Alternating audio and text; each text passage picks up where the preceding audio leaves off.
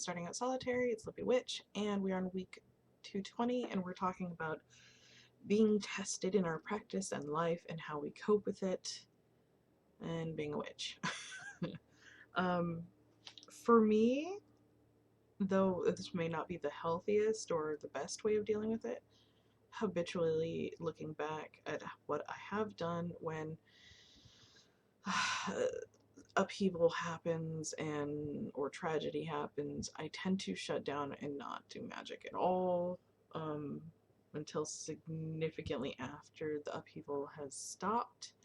Like when my dad died, yeah, I wasn't doing shit for magic. I wasn't doing anything. Not a damn thing. I even took time off YouTube, you know, obviously. It is, some people would be going headfirst into magic. I have always stated my priorities is my children and family come before my spirituality, and for other people spirituality comes first because maybe they don't have family and children to be ahead of that or that's just how they want to align things, and that's fine.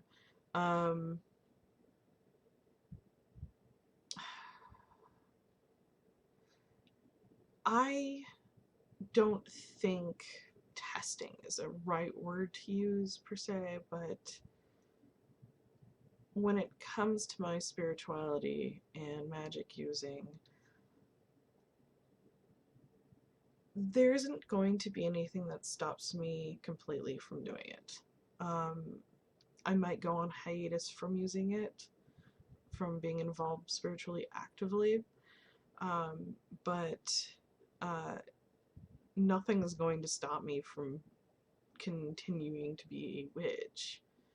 It's just how often I actively do things as a witch that will change when I'm going through trauma or an upheaval of sorts. And there are some things I do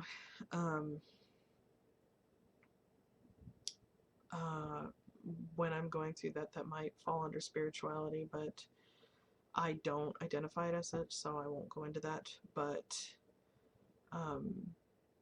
for others, they feel more comfort in spirituality during those hard times. I don't see them as mutually exclusive.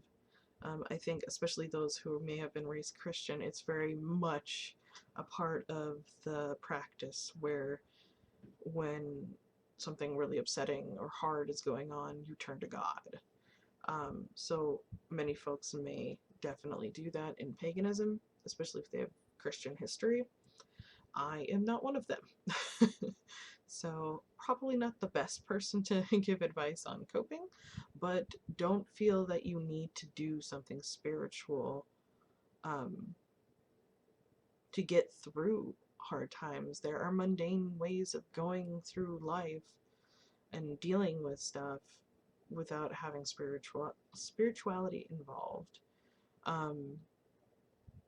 Like some people will do exercising or baking or finding a new hobby to distract them, or putting all their energy into their children or working with the family rather than using spirituality or god or goddess or whatnot to fall back on to help them through. You can get through things on your own with or without spirituality. Spirituality is not a crutch, so don't use it as one. So I'll talk to you guys later. Bye.